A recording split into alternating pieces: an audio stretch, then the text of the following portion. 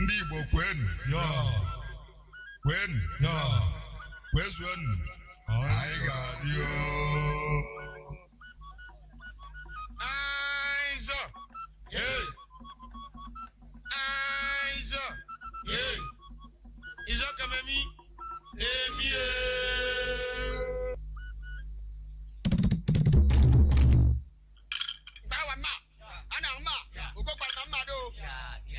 In January 1914, Britain unilaterally created the modern state of Nigeria by uniting two British protectorates in West Africa, one in the Muslim north of Nigeria, one in the mainly Christian south. Using the BBC archive, Alex Last looks back at a defining moment in Nigerian history. Many people like myself who belong to an earlier generation of Nigerians cannot help feeling somewhat overwhelmed by the prodigious changes which our country has undergone in just a little over half a century.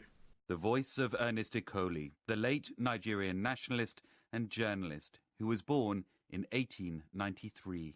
We should not forget that the Nigeria we see on the map today as one country was not always so. It was not a country, but a mere geographical expression. When Ernest Ikoli was a child, Nigeria was being shaped by British imperial ambition. It had already led to the creation of a colony at Lagos and a British protectorate declared over much of what is now southern Nigeria.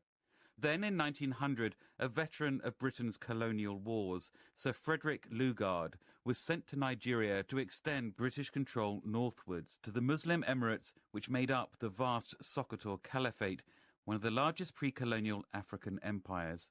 In 1943, just a few years before his death, Lord Lugard himself was recorded in a rare interview with the BBC. Mr. Joseph Chamberlain, when Colonial Secretary, decided that the British government should cancel the Niger Company's charter and assume direct control.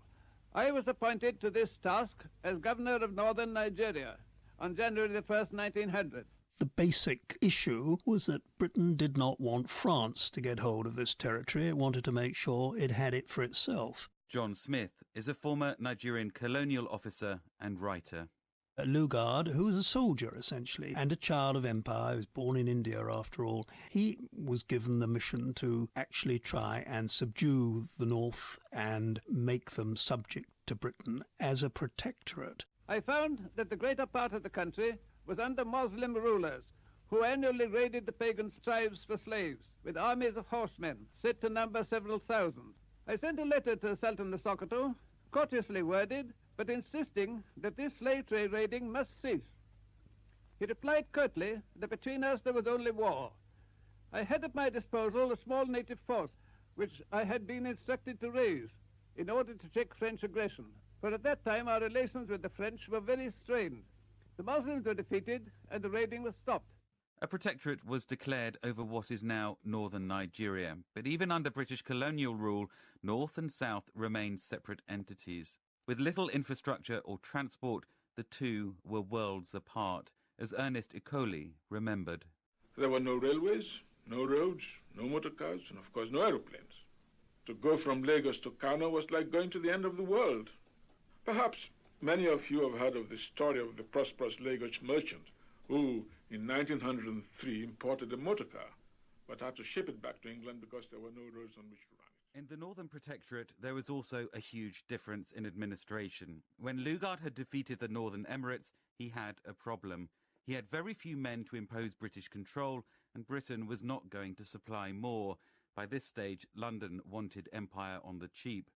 So Lugard adopted an idea from British India and promoted the policy of indirect rule, using the existing traditional leaders to govern under British control. The structured political world of northern Nigeria's old emirates seemed to fit the bill. It had a population of 7 million in an area of nearly 300,000 square miles, and the total British military and civil establishment in 1908 was 399. The only practical way you could run the country was through the existing institutions. It worked very well initially in the far north, and Lugard was excited about it, and it became the creed.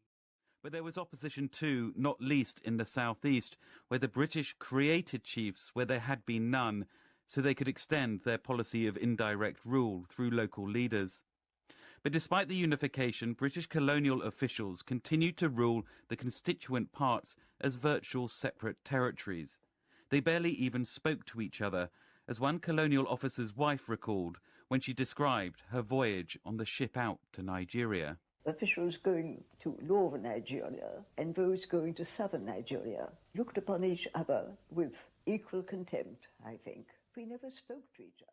But the internal separation had serious consequences. The South remained exposed to Christianity and took to Western education, while the North remained independently Islamic.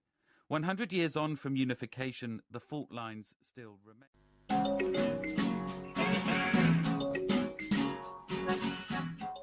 Please support Indigenous People of Biafra campaign for self-determination. We urgently need funds to do the following: to upgrade Voice of Biafra BVI Channel 1 from internet TV and radio broadcast to world-class satellite TV and radio station. Fund is needed to finance our suit for self-determination currently at Federal High Court, Owerri, as we are set to take the suit to International Court of Justice through our Legal and Human Rights Department, Billion Human Rights Initiative. Fund is also needed to cover travel expense for our diplomatic missions to United Nations, African Union, European Union, and as well individual countries that are still sympathetic with our cause, while scouting for countries that will support this noble cause. Also, fund is needed to continue our women and youth empowerment program and as well community services. All these are capital intensive. 50 million naira is urgently needed to proceed. Our ideology hinges on applying the following: diplomacy, mass media, court process, both local and international, political means, and every other legitimate means of pursuing our right for self-determination in Nigeria and among international community. We say no to war in Biafran land, Africa, and the world at large. We appeal to you as a concerned Biafran, sympathizer, or even as a philanthropic bystander to assist our noble cause. We assure your donations shall be kept confidential unless you instruct otherwise. We count on your donation, without which we cannot proceed. You can donate through our finance department, Omo Afra Indigenous Development Association. It is a body corporate with registered trustees you can really trust, under the customary government of Indigenous People of Biafra, as administered by the Supreme Council of Elders. The account name is Omo Afra Indigenous Development Association. Account number is 1771 6411 58. The bank is Sky Bank PLC. You can also donate through our PayPal link via our website www.ipobgovernment.org. For further inquiries, please call 080-3710-4017 or 080-3624-7812. Please add +234 if you are outside Nigeria. Yes, we can. Yes, we can be free. In Biafra, Africa shall rise again with the rising sun. Voice of Biafra, BVI Channel 1, giving Biafra a voice. Africa, Africa, Africa, Africa, yeah. Mama Africa, we cry for peace. Africa.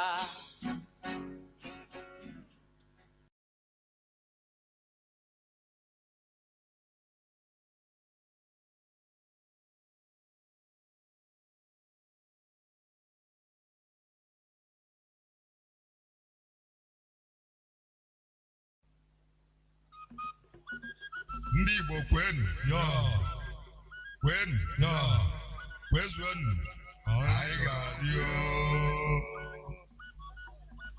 Aizo, hey, Aizo, hey, Izo kamemi, emi